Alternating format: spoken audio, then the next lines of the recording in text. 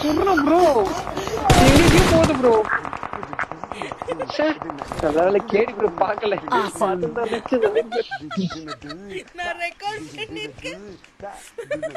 ஐயோ ஐயோ மூஞ்ச பாரு, மூஞ்சியும் முகரக்கட்டை. ரெக்கார்ட்ல தான் போய் அவன் கிட்ட மாறு ஓபன் கத்திட்டு இருக்கான்.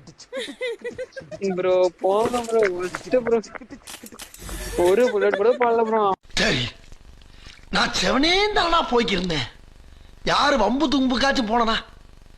கௌரவம் கௌரவம்னு என் கௌரவத்தையே ஆரம்பிச்சிட்டீங்களா?